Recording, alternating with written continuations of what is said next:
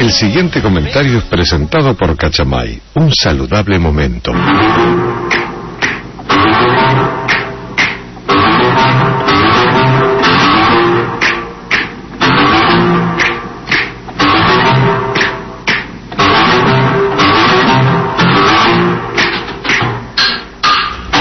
Acabo de recibir una encuesta de Julio Aurelio que dice la cosa más obvia y más lógica y más sensata del mundo, ¿no? Que es que los docentes en la provincia debieran efectivamente reclamar al mismo tiempo que dicten clases.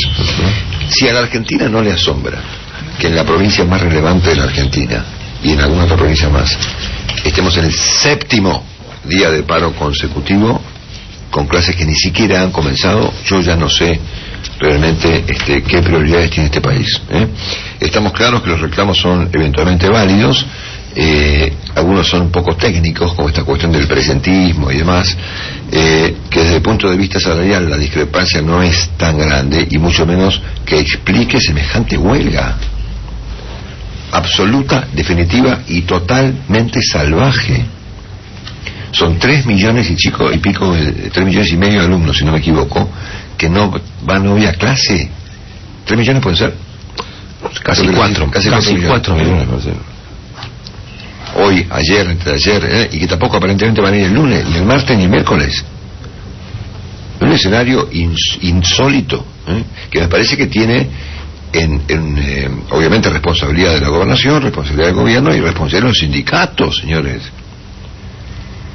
Son 7 días de paro docente, nunca visto, consecutivos. Bueno, un tema que hay que subrayar y que me parece que el gobierno... A ver, yo me acordaba de Kirchner a veces, me acuerdo de Kirchner realmente, ¿no? Cuando Kirchner subió, ¿se acuerdan que había una huelga en Entre Ríos? Claro. Había un problema en Entre Ríos, un problema docente, ¿no? Sí. Creo que asumió, llegó a la Casa Rosada, dejó las cosas y se fue a Entre Ríos a arreglar el problema, ¿no? O sea, acá esto no, me parece que es un problema ya que adquiere relevancia a nivel nacional. Ningún dirigente político, ningún ministro de la Nación, ni el presidente que acaba de suspender su acto en La Plata de esta tarde por razones climáticas, ¿vendrá el fin del mundo? Y bueno, por ahí no nos avisó. Si pasa algo grave, avisen, porque para que la presidente no vaya a la universidad porque va a llover. Es raro, ¿no? Bueno, total que me parece que es un tema muy grave. La contracara de la Argentina, de la banalización más absoluta del país, es esta pequeña crónica que publica esta mañana el Diario Clarín respecto de qué cosas son las que preocupan a los dirigentes políticos de la Argentina. Por ejemplo, esta. Ayer los teléfonos de los integrantes del área de prensa del Senado de la Nación comenzaron a sonar a las 7 de la mañana, una hora inusual.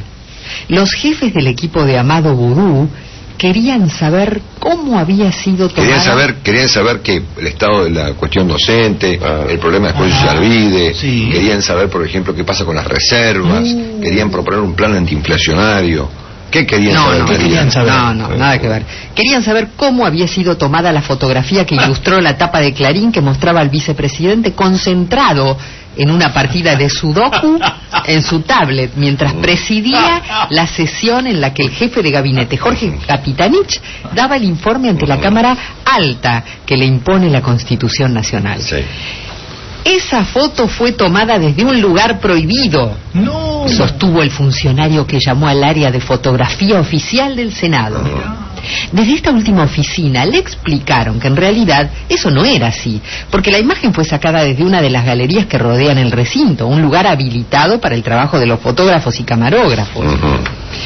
Desde el entorno más cercano a Vudú también llamaron al área de seguridad de la Cámara, donde recibieron la misma respuesta. El fotógrafo de Clarín trabajó en un lugar habilitado para sacar fotos en el recinto. Cerca de Vudú preveían que la publicación de la foto podría traer consecuencias negativas para el trabajo de la prensa.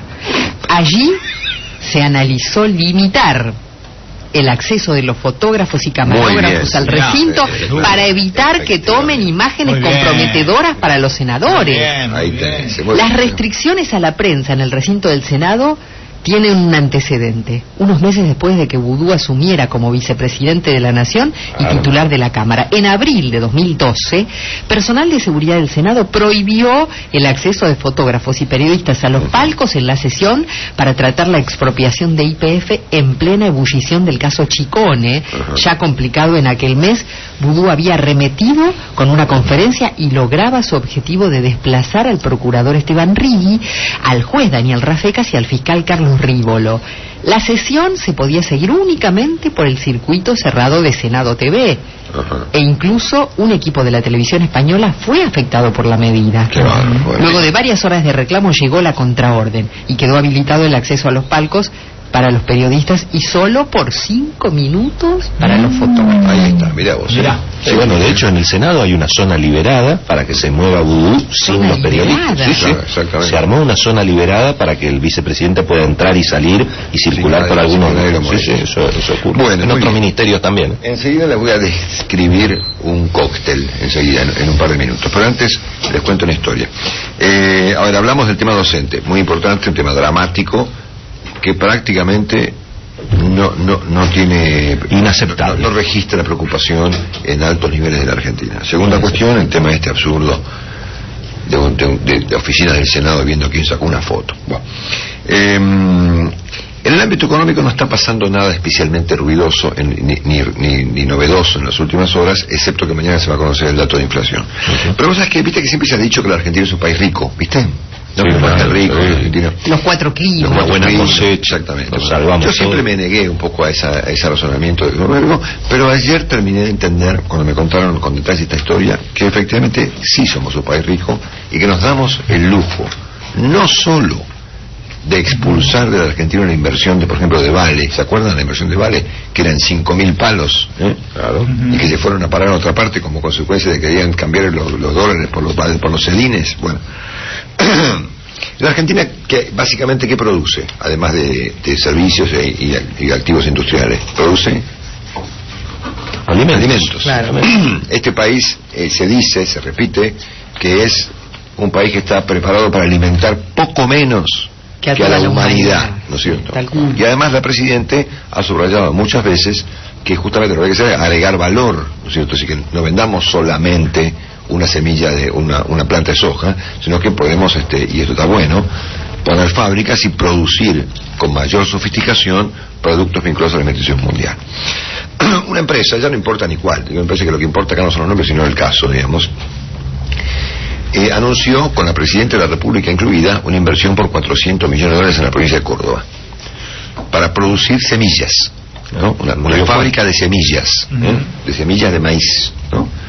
Y la idea era ubicarla especialmente en la provincia de Córdoba, para que provincias como Tucumán, por ejemplo, que estaban fuera del mercado agropecuario desde hace algún tiempo, puedan tener cerca una fábrica de semillas, para que Argentina pueda exportar más con sus propias semillas recontra tecnológicas, ¿no es cierto? Bueno, eso es agregar valor. Pones una planta, contratás personal, invertís $400 millones y le das semillas a las provincias argentinas, no las clásicas, Santa Fe o Buenos Aires, para que el país pueda exportar más de lo que exporta. Hoy que exportamos 100 millones de toneladas, exportamos 120, ¿no es cierto? Y que por lo tanto, en 150. Y que por lo tanto los productores tengan más ingresos y el gobierno cobre más impuestos y el Banco Central tenga más dólares, que es lo que efectivamente hoy, ¿qué nos pasa, Willy? Hoy es lo que no tenemos. Pero resulta que frente a este razonamiento, digamos, clásico, aparecen 40 encapuchados con unos palos y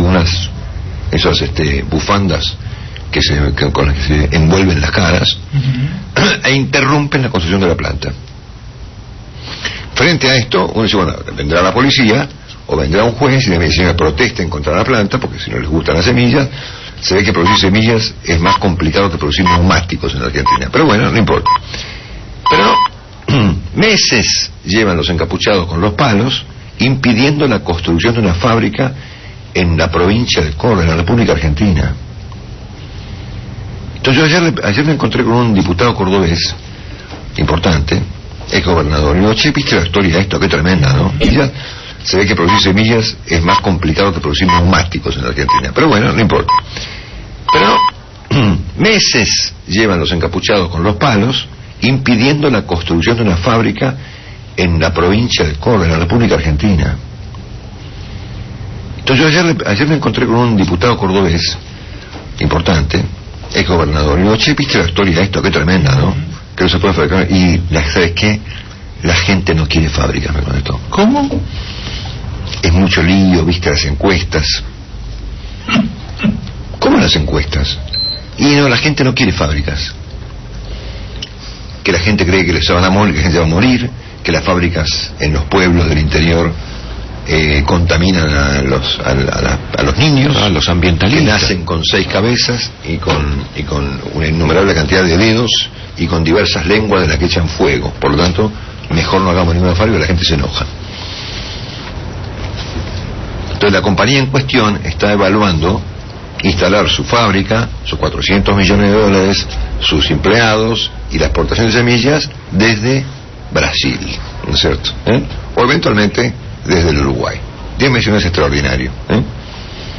Ahora sí, los dirigentes políticos van a Expo Agro, sacan la foto, plantean que el futuro agroexportador de la Argentina no tiene límite y que finalmente todos los chinos que hay en el mundo, que el doctor los va a ver ahora poco menos que uno por uno, van a comer comida hecha en la Argentina. Es genial, ¿no? Genial. Bueno, para terminar, les paso a comentar una suerte de cóctel. Ustedes evalúen el nivel de explosividad que tiene este cóctel. En primer lugar, tenemos un juez federal que se llama Norberto Leonida, que dispone en diciembre como 20 allanamientos a cuevas, ¿no? En unos allanamientos, en esta firma Propime, la policía, que va con la orden del juez para allanar, elemento número 2 del cóctel, convierte el allanamiento en un asalto. Ese es el término de uso. Entonces le dice, mire señor, acá tengo el allanamiento, los hago pomadas y me dan 3 millones de pesos o $250.000. Eso no se llama allanamiento, es un asalto. En vez de ser con una pistola, es un asalto con una orden de un juez. Entonces hay componente 1, el juez que dicta el allanamiento a un conjunto de compañías, y en este caso en particular, y veremos después qué pasó con los demás, los policías que iban con la orden lo cometen un asalto. El tercer elemento del cóctel es que este señor, el allanado, este señor Greppi, el que ayer habló con la Nata acá al aire, ante el pedido de coima, se niega a pagarle a los policías y llama a la Casa Rosada, ¿no es cierto? Y da con este tal señor Liuzzi, que es el número 2 del señor Zanini, que es un hombre importantísimo en el esquema de poder de la Argentina. Y el señor Liuzzi lo llama el juez, el primer componente del cóctel, y le dice, mire, están allanando esta firma que, no sé, de mi amigo el señor Greppi, párelo. Y el juez para el allanamiento. Al mismo tiempo, este juez, según nos contó Omar Lavieri, había investigado al señor Liuzzi por enriquecimiento ilícito, lo había sobreseído unos meses antes, y al mismo tiempo el juez en cuestión lleva una investigación, o llevaba, o la podrá reabrir, contra la familia Kirchner. Entonces, estos son los componentes del cóctel. Es muy difícil distinguir quién es el ladrón y quién es el robado acá, ¿viste? Es muy saber quién roba y quién es robado, es decir, no está claro. Pero en cualquier caso, el Consejo de la Magistratura se enfrenta evidentemente a un dilema complejísimo, que es que si avanza con esta investigación, esto va a ser un escándalo, y si la frena, también.